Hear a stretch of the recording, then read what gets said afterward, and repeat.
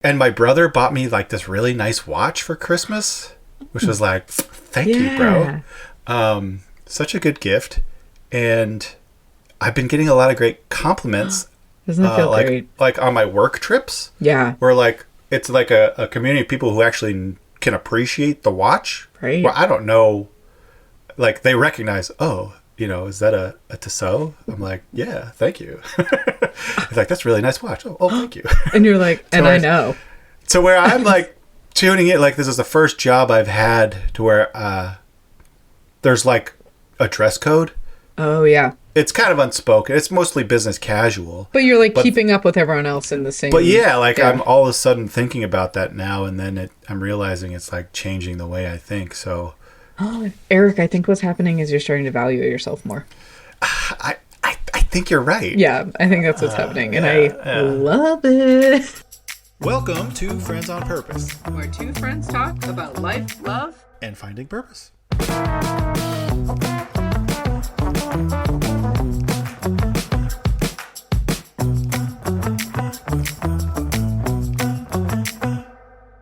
Anyway...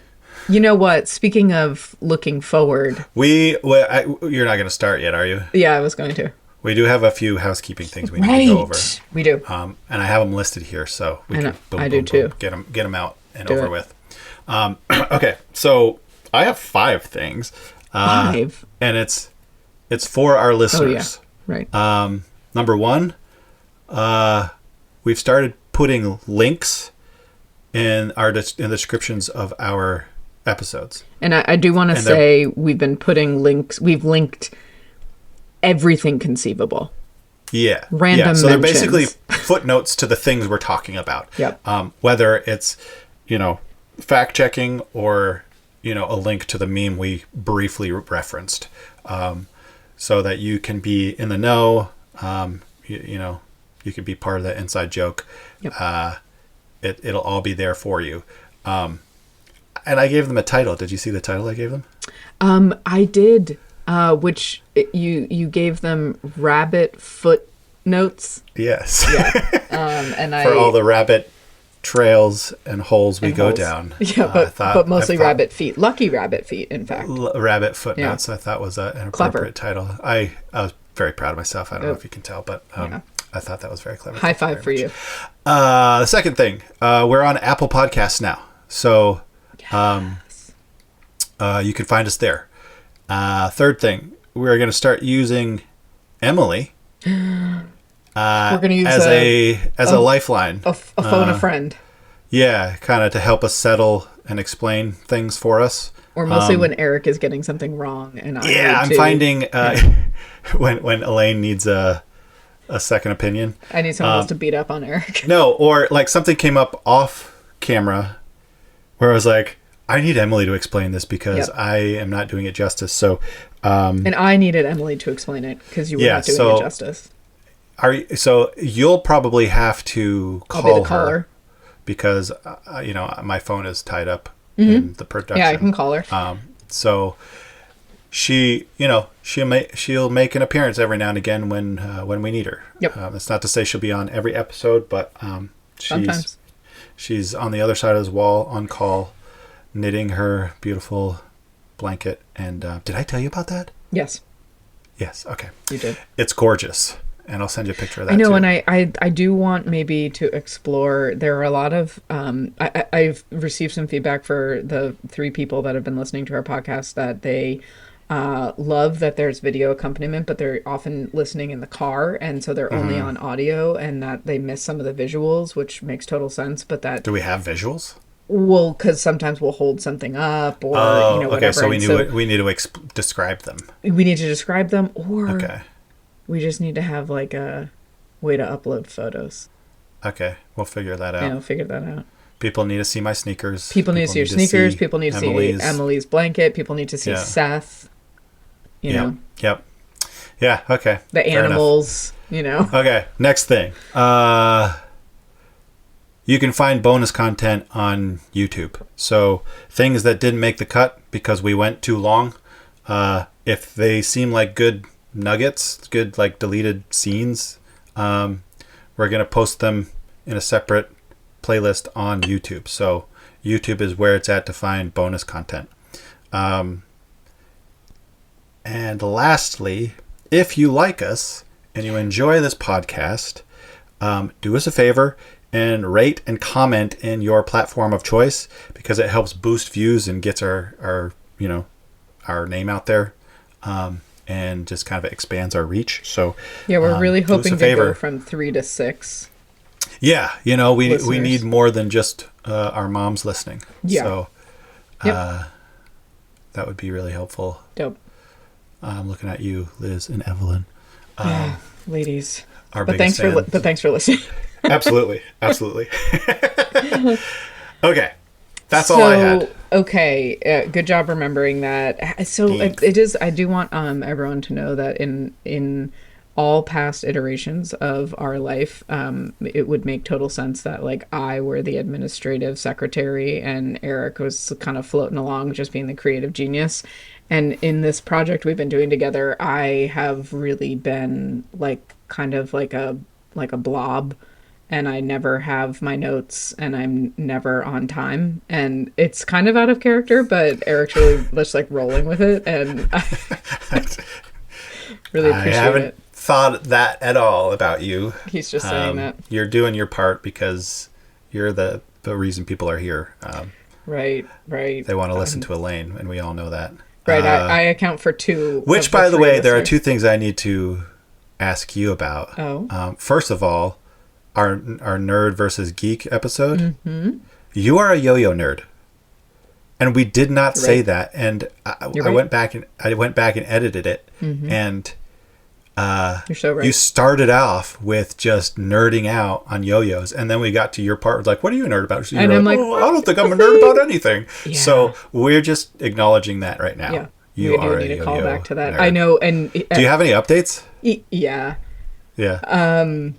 So a couple of the guys are on Yo Talk, Yo What? Talk. No. Yeah, I have TikTok to look yo-yo this up. space, and Yep. so they're finding it really inspiring and really easy to like follow the tricks or whatever, because it's like very Yeah. short. They're like just do Yeah, this yeah, over and yeah. over again.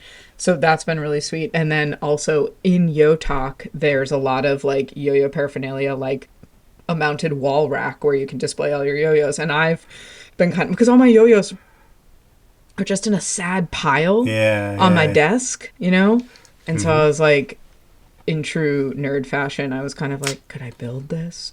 Like, does anyone like I wish there were like a wire cutter on best yo-yo racks. Like, what is the best one out there? What's the best material? Like, how, like, is this going to warp my yo-yo? So, yeah, things still going really strong in the yo-yo world. A couple kids got them for the holidays, which was incredibly endearing. Yeah. I love it. Okay. Yep. Excellent. Cool. Okay. I think All right. that's kind of it. I think those are all the acknowledgements. We certainly aren't in the habit of correcting anything we've said because we don't make any assumption that what we're saying is factual. So we don't have to ever fact check ourselves because there's no pretense here that what we're saying is true or right. It's a conversation with a friend. That's right. We don't fact check. We don't fact check. But we do often, and I want people to know that this is really legitimately how Eric and my conversations and hangout sessions go. It's true. We do ask each other questions or like, I've been wondering about this deep thing. So if that feels at all unnatural or staged to you, I just want you to know that it's not. It's just very nerdy. It's just very nerdy of us. It's just how we roll. So Eric, because we're hanging out. So true. What a bunch of dweebs. We did try to record this once and we had technical failures. So yeah.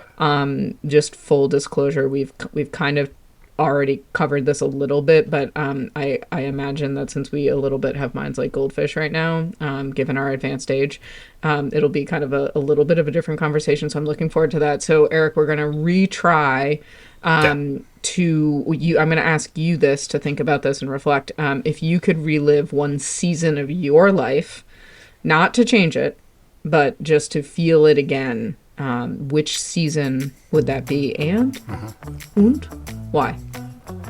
The season of life that I would want to revisit it's kind of been an ongoing season. It's been a long season, and it's the season of parenting, particularly with my oldest boy,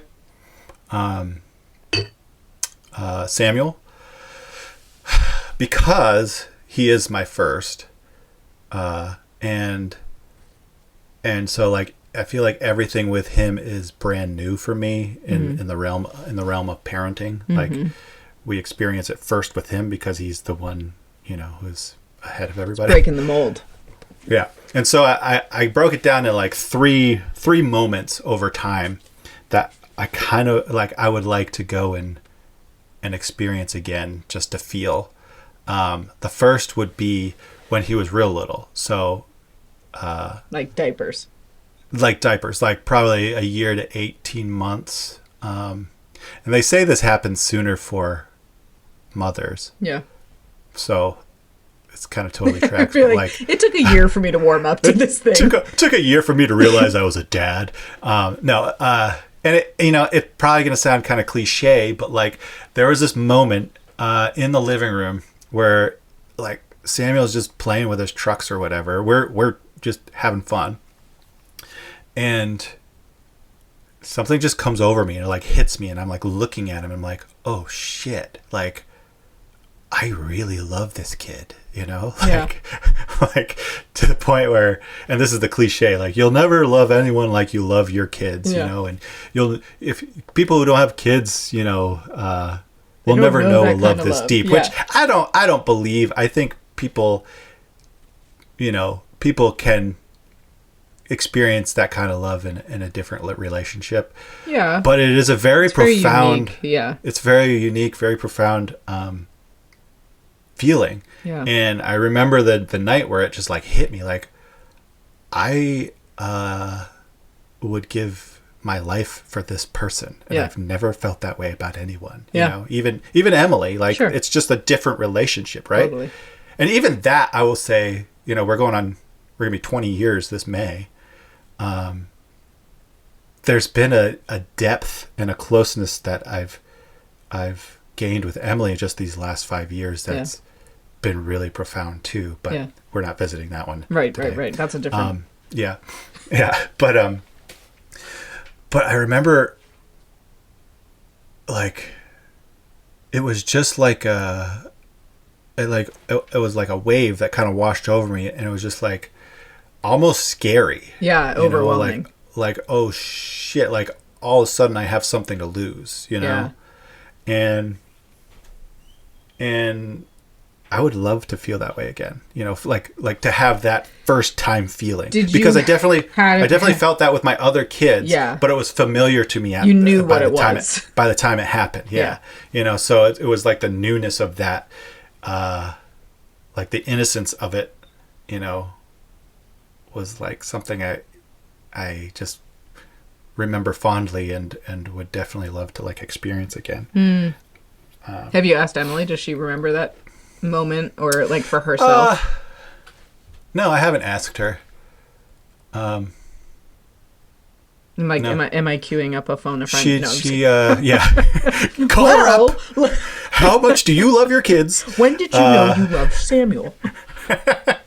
Do you love Samuel as much as Eric does? No, I don't know. I'm sure she's have moments like that. But yeah. So that was I just really, and I think what it's done is it like made me really, to be conscious of that has made me aware that I actually really love being a parent. Yeah. Like it's really, I mean, there's a reason why we had 5 of them. There are multiple reasons, but yeah. There are. But well, you guys, you have always struck me with, I guess, the intention and thoughtfulness that you approach parenting. You don't take it like it. Obviously, everyone takes parenting seriously to a degree, but you view your roles as so important to their development that you think a lot. And I don't often hear, I guess the times I've heard of you and Emily reacting rather than being like kind of planning how you're going to approach something, those are aberrations from the norm. And I Mm. think that's really notable. And you, because you love it Thanks. and you Yeah. focus on it in a really intentional way. Yeah. I mean, we try for sure. Yeah. And that might lead me into the second, like I said, I have like these three moments that like stand out. The second would be when Samuel was like 7 or 8. It was like a moment where I feel like I failed him, you know, where I wasn't that perfect parent you're talking about. Yeah. Yeah, a moment where I failed him and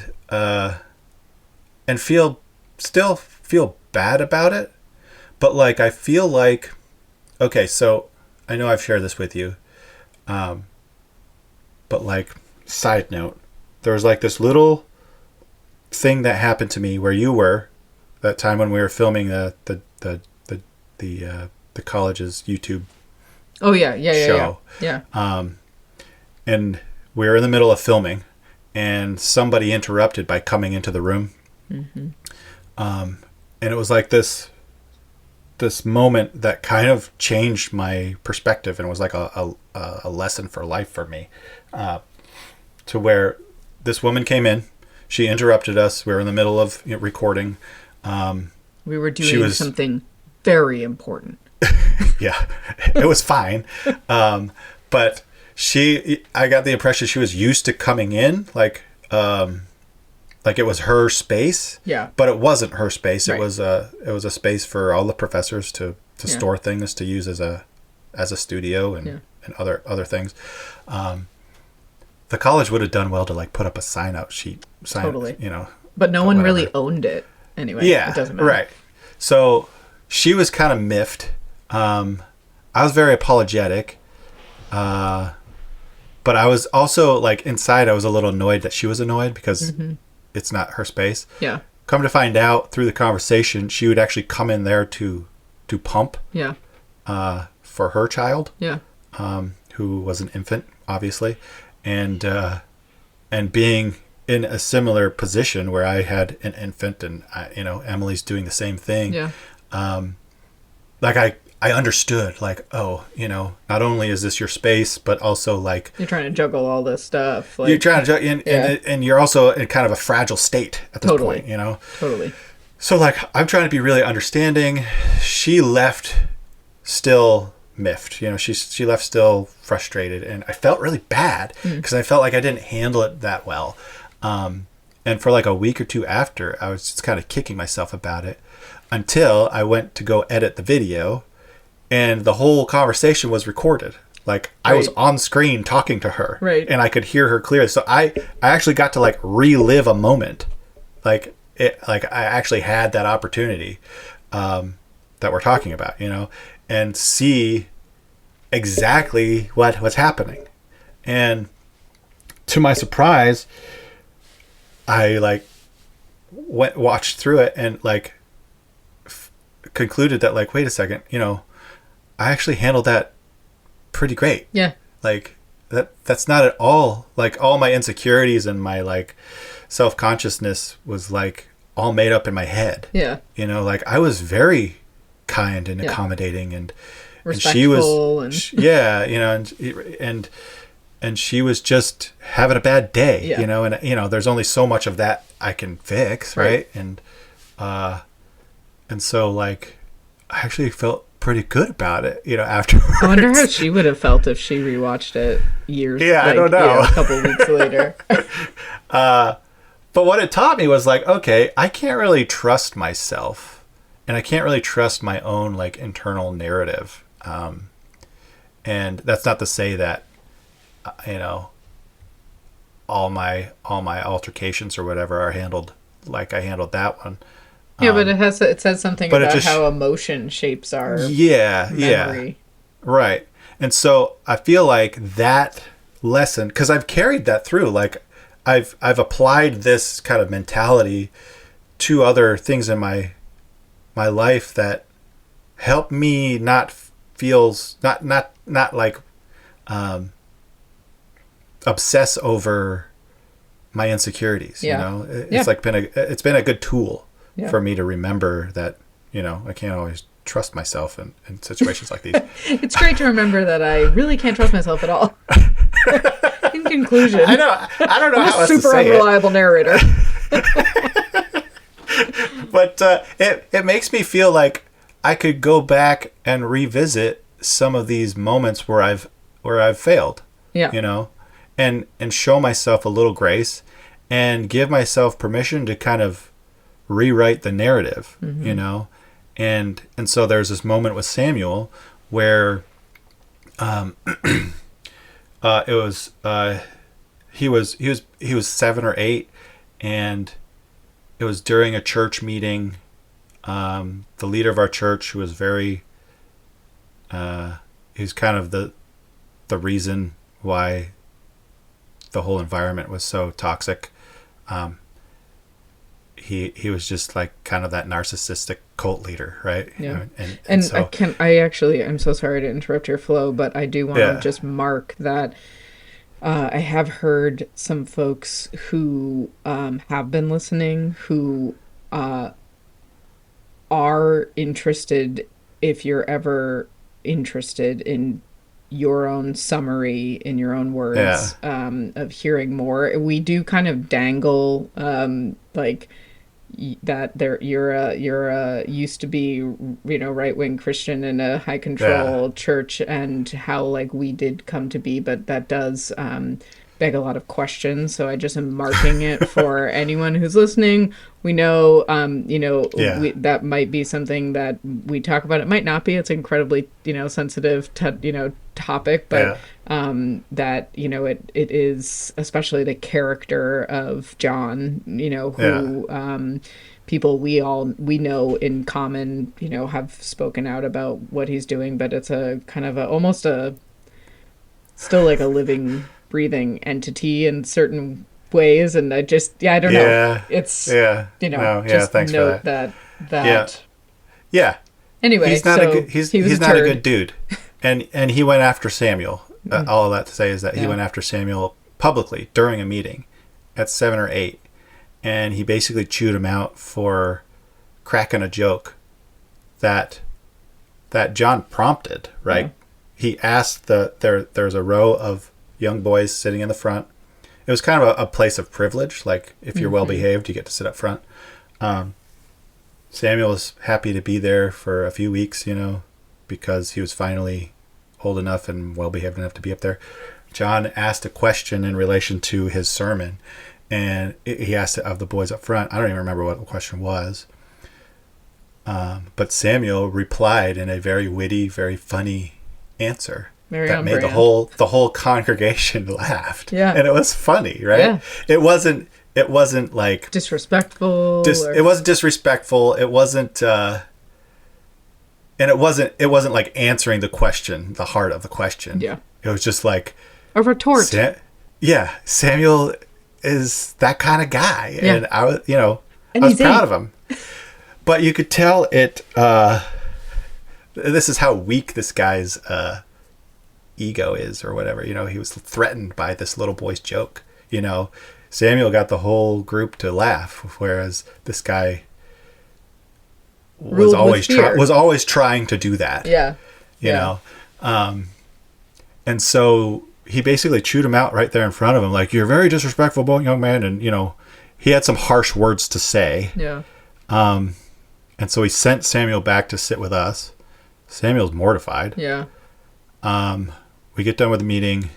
It was during a camp. So we are walking back to our tent. He comes roaring down the road in his four-wheeler and does it again. And then does it to me as well, because I'm a failure as a father for allowing him to sit up front or whatever. And it's just like, you know, everything in me wanted to deck him right in the face. Yeah. But I was at a stage in my life where everything this guy said was like the word of God, you know? Right. So like I had to somehow make sense of it. Yeah. If I wanted to be a good Christian, if I wanted to be a good person, that was my job. Right. And what I wish I had done was just stick up for my son, you know, Yeah. who's just this little boy. I have a 7-year-old now. Yeah. And I look at him as like, he was just that little, you know, Yeah. like, back off, dude. Like, Yeah. it just speaks to how fragile he truly was. Yeah. To be John threatened was, by a little kid like that. Well, and also I just like, I know you have compassion and grace for yourself, but like, and also how you were being abused by the same forces Yeah. that were like For sure. hurting Samuel. For sure. But yeah, with all that in mind, it was like, if I were to go and watch that play out again, I bet you there were things even within that moment that I handled well. And I don't want to come off as sounding like I'm some great dad or whatever, or making excuses. Well, because we all know you're a terrible dad. Well, but you know what I mean. You know what I mean. Yeah, you're not trying to toot your own horn on this, but yeah, but like, I feel like I can say that because of where we are now. Like, yeah, I mean, I was terrified of losing my kids. Yeah. You know, I watched other people's kids fall by the wayside, be like shunned by their parents. You know, I saw them, even my own brother, Yep. you know, we weren't in contact with them for probably 10 years or more. And it wasn't that I was actively like ignoring him. It was just like, that was the culture, you know. It's just, there was, and there was always the threat of that. And so I was like constantly scared of that happening, or the possibility of that happening later on, to where I just basically cowered. But also I remember bringing Samuel into the tent with Emily and just like checking on him, like, are you okay? You know, trying to explain it to him when I didn't even really understand it myself. You know, and again, I don't remember the exact words, but like, that's why I would want to go and live it and feel it again. Cause it's like, I bet you there's something there because we survived this, you know, and there's a reason for that. We did a lot to weather a lot of those abuses, you know, and I think that is really special. Yeah. And there's something there that I would like to explore. Witness. Yeah, that's your point. You're like, there's something in there that that the bad didn't fully take over, tear us apart, you know.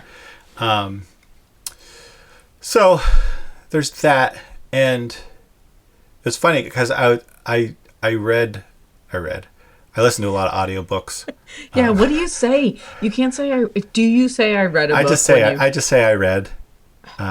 Or sometimes I say I listened to, or I just finished this book. I guess, do you think there's something inherently misleading if you say I read it? No. I have guilt complex. We could call Emily up for this. Do you want to? Yeah, because she's got a very good how take. this technology is going to work. Hey, Emily, it's Elaine. We're phoning a friend, Regis Philbin style, because we are trying to settle just a quick debate between us. Not really. I think we both agree. Eric but thinks we want to hear it from her. We both agree, but we want to hear your perspective on this. Is it... would you say that it is misleading if you say I read a book when you've actually listened to it as an audiobook? No, it's not misleading. I don't. Okay. I don't think it's misleading. I think it's perfectly valid to like specify later, to be like, I mean, I listened to it and I really liked such and such narration, right? But like, you consumed the book. Right. Yeah, you have the same information that they have from reading it. Eric saying you have the same information. Okay, that's helpful because I think I have this, just like I would like grew up in a house where you really weren't supposed to take naps. I also like have an aunt who was kind of dogmatic about the different, she listens to a lot of books on tape, but she would always make a point like, I listened to it, I didn't read it. And so I think I have this like thing in me that's like, you're bad if you say you read it when you listen to it. Right, totally. I think, it's the same. You're still consuming the book. You're like, if I read a book with my eyeballs, right, I count it, and then if I listen to it, I count it again because I loved it. I consumed it 2 different ways. I absorbed it 2 different ways. I mean, your brain lights up basically the same way. Right. Okay. All right. Scientifically. That's science. I will say that, Thank you, Emily. Thank you so much, Emily. We appreciate it. This was our first phone a friend, and you are our only friend that we're going to phone, so get ready. Okay, good luck with your blanket. Okay. Bye. Yeah, I will say that Emily also works at the library. Right. So she's even within... she's a subject matter expert. That arena. She consumed 250 books this year. Said that. That is so remarkable. She is currently working on an Afghan, a blanket that she's crocheted. And for every book she's read, she's crocheted a granny square that has the same color scheme as the color book that she read. And now that she has 250 of those, she's stitching them all together as a blanket, and it's gonna lay at the end of her bed, and it's the most perfect, coolest freaking way to journal your books. And she's so cool. She's amazing. She's so cool. So she knows what she's talking about, guys. Yeah, she's a audiobooks count. Yeah. Okay. Yeah. Well, and again, just to be clear, I always think audiobooks count. It's just like, are we supposed to say I listen? The verb has a special meaning. Yeah. Listen versus read. I don't think it matters. Okay. Yeah. I don't think it matters. I will also say that sometimes I still say I'm listening to a book on tape. Even though obviously it's a digital file that you're streaming. Not a book on tape, but it's like, or I'll say I need to map quest the directions. And maybe that's all read is now, right? The word read. It's just like a millennial saying, I consumed it. Videotape me. Telling this joke, it's you're clearly not doing that, but it's the same thing. It's the same thing. Semantics doesn't matter. Okay. Anyway, I listened or read this book called "In My Time of Dying" by Sebastian Junger. It's his latest book. He I think he just came out with it, I don't know, a few months ago. He talks about his recent near-death experience, which is insane because basically he had an aneurysm in his pancreas, I think, and his abdomen started filling up with blood. They had to give him like 10 pints of blood to just save him before they could find where the quote unquote leak was. But it came out of nowhere for him. Whoa. And so if you know anything about Sebastian Junger, he's a guy who wrote Perfect Storm. Mm-hmm. He was a war journalist for I don't know how long. But he's seen all kinds of combat. He's experienced very real danger. Yeah. He's had bullets and other dangerous items flying by his head. Yeah. He's watched people die in front of him. He's lost friends due to war. He knows what real danger is, right? He's experienced death in a very real way. Yeah. But nothing has really prepared him for this experience he had just recently, because he was literally on his deathbed. Like this was like an aneurysm that burst in his abdomen. His belly was filling up with blood. They didn't know where it was coming from. It's basically a miracle that they found it and were able to save his life. I mean, is what it came down to. And one of the takeaways that he talks about in the book is that, after this incident, like the aftermath of like trying to recover, it was like he had PTSD of just like the sheer shock of like I could die at any moment. Yeah. like the universe his mortality does not pick and choose, good people and bad people. Right. It's random. It's random. Yeah. And it could happen to anybody. It could happen at any moment. Mm-hmm.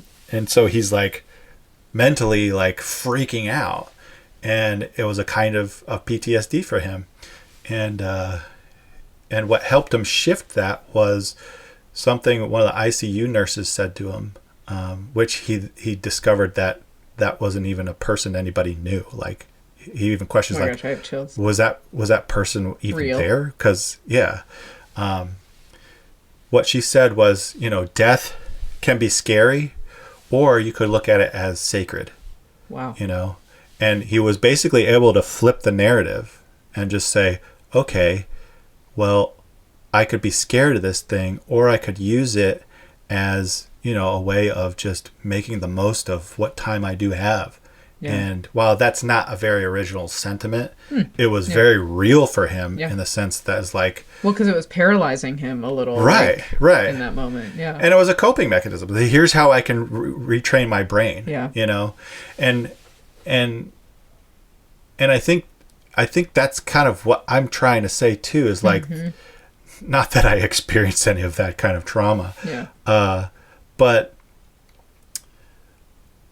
there's a way to like create new pathways for your brain to recover from these things, and especially if they're created by your brain, like in that moment with the woman in front of the camera, but even for those moments where I feel like I failed, or I feel like I should have handled it differently, or, knowing now what I didn't then, I wish I had done this, what it does is it helps me flip the narrative for like thinking about these things in my life, to like recover from, and to not throw out or to not forget, because it's like I'm able to give myself a little more grace, and also like just think about differently, well, those moments kind of get out of that rut. Like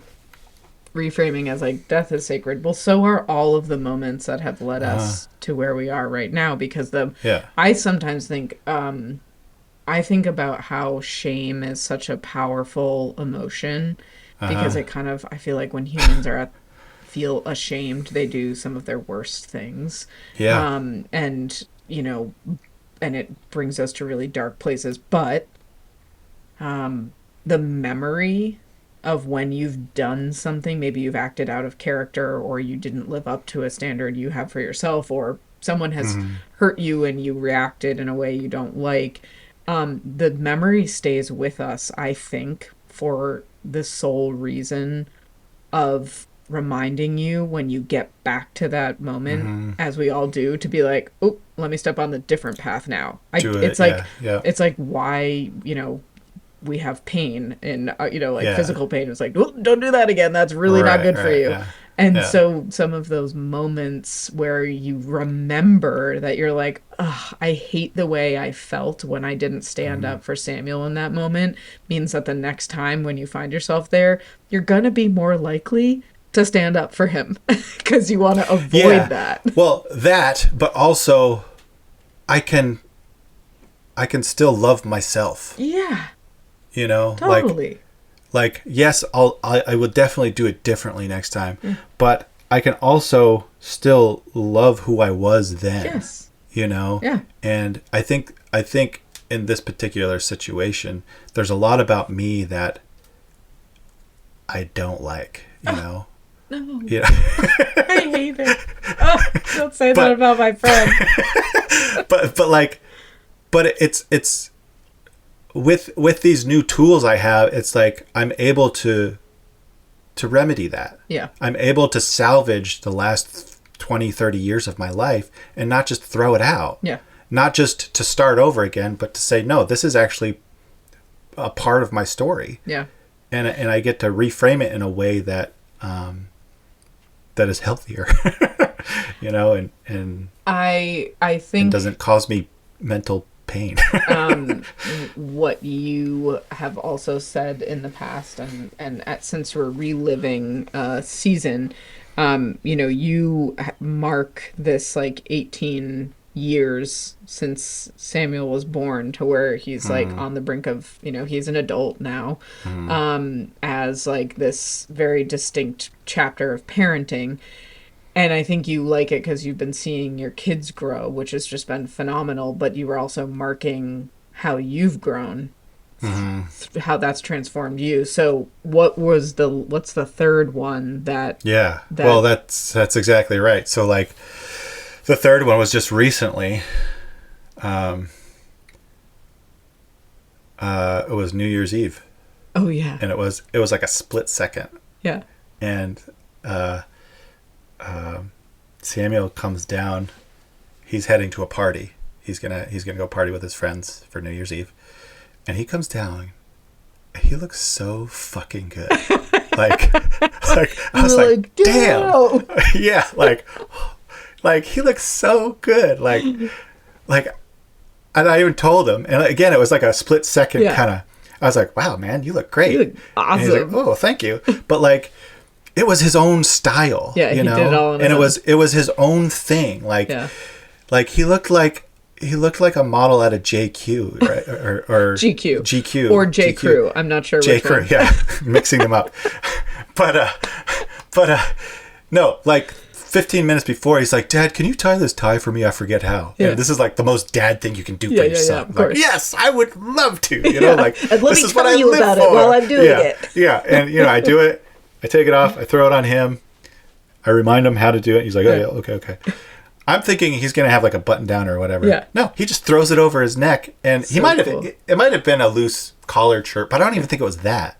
But he had this like snazzy like blazer, and it was mostly black. And he's got all this like cool like I don't know the word for it. I'm probably gonna use the wrong word, jewelry? But it's kind of grunge looking jewelry, like not chains, but like costume jewelry. Just it's kind of aggressive looking. Yeah, but in a cool way.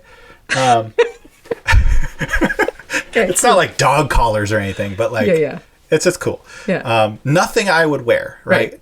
He's being himself, and it was just like I was so like, and I'm gonna cry a little bit. Like he was like just being himself, and it's like, so that's cool. all I want him to be. Yeah. Like that's all I want him to be, and it's my growing that has had to come to this place because there's like all of these expectations I've had of him, especially in the last year or two, that like I'm realizing like I can't put that on him. Yeah. There are expectations. There are rules that you have to follow. Sure. This is a house. There are other people. Yeah. That's normal stuff. Yep. But there are things that I've had to let go of, and I've sometimes been good at it. Sometimes I've been bad at it. Yeah. But when I saw him come down, I mean, he even had like guy liner. Yeah. Bro, like it's so cool. He looked so good. If we ever, I was like so proud of him. If we get a photo stream going, I'm gonna need to see. Well, he might have a photo from that night, but I'm sure he'll love to be featured on his. I can see it just fine in my head. Yeah, his but dad's it was podcast. just like, oh God, yeah. I don't know if he listens, but Sam, if you listen, I'm very proud of you. Yeah. And Sam, if you listen, send your dad a picture so I can see it. Yeah. But that was like kind of my, like. What a cherry on top. Yeah. Yeah. And to me, it was like, everything's going to be fine. Yeah. As a parent, you worry. Of course. You worry and you can't not worry. Yeah. But he's a solid dude. He is a solid dude. And I still have his ear. Yeah. And that's the hugest thing. I mean, that's been kind of the bottom line for me and Emily is like, if nothing else, let us just be a safe place for our kids to come to. Yeah. If, you want to talk. No matter what happens, yeah. like we just want to be that space for them. And you guys are. And that's our goal. I mean, your kids bring I hope so. I hope so. I told you this, but like Kirsten Cannon and I since we met you. Kristen Cannon. Yeah, shout out. We'll be like, we've talked forever, like, man, Eric, this is before, Kristen and I don't have kids. Kristen now has a young family, and she's like on that young child parenting roller coaster, and she's like, we're like, man, like Eric's kids bring Emily and Eric stuff that like we would never bring to our parents, and like, how do you do that? Like, how do you raise kids who are like, oh, can I bring up this really vulnerable thing to you and get your opinion? It's like that, like parenting could be a safe, vulnerable like thing instead of this like fear and shame. Emily should get all the credit for that. I mean, she's so good at. Yeah, she really rolls with the best weird mom. Yeah, it's a good thing that she's in my life. Yeah, that's true. She's definitely the year better half. No, that's really sweet that you would. Oh my gosh, think of us that way. I obviously talk about you all the time and like use you as examples all the time. Yeah. You have said some things about your high schoolers that I'm like, damn, that's really insightful. Well, it's because I watched you be a parent. Everything I know I learned from you. Well, you were talking about the boys being like in and out of like being boy, being men. Yeah. Being adults, being... Yeah. And that's exactly what it's like. Yeah. And then you said some things about like middle schoolers and Susie off camera. Oh my God. Yeah. You're absolutely right. I love kids. I mean, I needed to hear that. Young people. You are, and I love and they them love so you much. Yeah, and I really I can't believe it's taken me so long to like get to this point in my career or like my life where I'm able to like work. I think I thought in life that like what I was supposed to be pursuing was certain types of job titles, like, oh, I'm an assistant director now, I should be a director now, I should be the executive director, like, and at least in this chapter, the title doesn't matter, where doesn't matter, I'm like with young people, and that feels so fun and cool. And it's like, there is something to be said when your job is like super energizing, and you totally like, part of my job is hanging with these kids. Like, I get paid to do that, and I'm doing a good job. Yeah. And I genuinely enjoy it. Like, I actually have been having this funny experience because I am high schooler agnostic. They all come in different shapes and forms and different friend groups and different levels of like popularity or like togetherness or whatever. And they all cross paths in my office at some way, shape, or form. But sometimes it's like sometimes my worlds collide where like a certain group of like yo-yo guys will come in and where I'm like with the like offbeat theater kids, and they like kind of like mix for a second, and they're all very respectful of each other, whatever, but I'm like, you guys otherwise would never breathe the same air ever. And then like sometimes there's like a like, do you want a yo-yo? Like, sure, you want to come play D&D? Yeah, it's like this like cross-cultural mix that's been really fun. Anyway, I love kids. Point is, your kids. Yeah, I love that.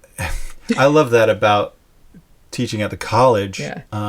This upcoming generation in particular are so diverse. Yeah. Like not just like in all the like the normal ways, but like I don't know, like the friend groups to me seem really funky, eclectic. Yeah, totally. Which I just think is really cool and really beautiful. Yeah. So that was my season that I would like to relive. I've been like privileged to watch part of that season. I think we tried to do this math. How old was Shmuel when I met you? 2011 is when I met you. No, 2012. 2012. Really? Yeah. He was born in 2007. Okay. So he was I can't do that math. 5. So he was 5. 4 or 5. Yeah. So, I have had the pleasure of watching you for like 14, of those years. He's gonna be 19 in March. Yeah. That's nuts. That's nuts. Yeah. It is nuts. But anyway, I've watched the season from the outside, and what I can say is like, when I met you, when Samuel was 5, you were already such a thoughtful, your like evolution and arc was not, it's not like it was like you had to like learn the fundamentals. It's like you had the fundamental of just like love the heck out of those kids from the beginning, Yeah. and like the nuance and the finery of like timing and like way to beat, like that kind of stuff, like you picked up really fast. But like you're just such a good dad. Stop. You're such a good dad. Okay. I love the way I you think it's dad. time, We have I to think land it's the time to plane. land this plane. We gotta land the plane. All right. I've been listening to this podcast called Cosmosis. Oh, cool. And that one's really, really cool. And I've been liking it a lot because it's like deals with, it kind of started as like a UFO podcast. And it was actually called the UFO Rabbit Hole, if you believe it or not. So I read, I read, what was it called? By Lou. He was like, dang, what was it called? Basically, it was the guy who worked at the Pentagon, and he was in charge of monitoring all the UFO encounters across the nation, but also comparing them to Other countries. Yeah, and it was like insane. Yeah, like there are things out there they can't explain. Yeah, like technology that they have footage of. Yeah, and that they aren't telling the public because of what they're afraid it will do. Yeah, to people's sense of reality. Reality, or even to like belief systems, and totally. They don't want, like, they're worried about the economy crashing because of the information they have. I know. And so I'm all in on this. Yeah, and it's so fascinating. Yeah, and it's inexplicable. Yeah, but it's also like, what it does is it makes you think about the world as one. Yeah, because there could be, because of how advanced this technology is, we are so far behind, right, that if there were some sort of threat, the world would have to come together, right. And isn't that the plot of, and that's Independence Day, right? Day. But it's like, no, that's like a very real conscious concern that all governments are considering. Yeah. And it's weird to say, because it's like, we're talking about aliens here, like, what? Well, and like, maybe aliens. It could be terrestrial. It could be terrestrial, because some of the theories are like, because of the way they see some of this technology around water, like over oceans, they're like, do they live the here? Tic Tac. The Tic Tac. Do you hear about? Yeah. Oh, I know the Tic Tac. Wait, are you a UFO guy? After that book, I was. I have to find. What was it called? I have to send you you have to look at this. It's not UFOs anymore, though. They're UAPs. UAP. Unidentified aerial phenomena. Yeah. I gotta send you this podcast. Imminent. Inside the Pentagon's Hunt for UFOs, by Luis Elizondo. Huh. Did you read? I have to look up the book about the CIA's Stargate, which was actually about remote viewing, like how people can like be in one room and see somewhere else in their mind. The CIA does some pretty weird, like, psychological. It's the same story of the men who stare at goats. That movie. Yeah. Anyway, this podcast just went in a whole new direction. Anyway, next time. I guess we're landing the plane with UFOs. I guess we're landing this UAP. Okay, well, good. So that's what we've been consuming. Yeah, that's awesome. Neat. Hey, you know what we didn't do is queue up what we're going to be talking about next time. Oh, shoot. Yeah, what are we going to Eric, we were so prepared until you're the secretary. Right? Let me pull up my list. So, yeah, next question is going to be, what What do you feel most called to contribute to the world, even if it's small? I like that. So I'll be asking you that. Oh, you're asking me. Oh, yeah. Okay. Yeah. Yeah. All right. I'll think about it too, obviously. Yeah, obviously. And audience, you think about it too. And if you have something, leave it in the comments. Definitely. We've been loving the Spotify comments. Yeah. It's like, oh my God, we got 2 comments. Yeah. The Spotify creator app that's like, it was like, you hit 10 streams. And I was like, yay! 5 of those are me. Yeah. But also, I think I texted you, like, oh my God, we got comments on Spotify. You're like, yeah, those are my friends. I was like, that was just my friends. And thank you so much. That's cool too. Thank you. Appreciate that. How come you haven't ever commented on that my microphone is super gay? Honestly, I don't think of it that way. I think of it as a gamer mic. Oh. My kids have 10 of those mics. What? Everything, even their keyboards and their headsets, they all have that rainbowy thing happening. I thought it was like my pride mic. It can be for you. Your pride mic. It can be. Okay. It's your pride mic. But what you're saying is that you don't ever think of it that way because this is a really overdone thing in the gamer world. And in the gamer community, everybody has something like that happening. Well, yeah. Fine. Yeah. Okay. I love you so much. Cool. I love you too. Okay, I'll see you soon. All right. Next time. Bye. Thank you for listening. You can find us on Spotify, Apple Podcasts, YouTube, and TikTok.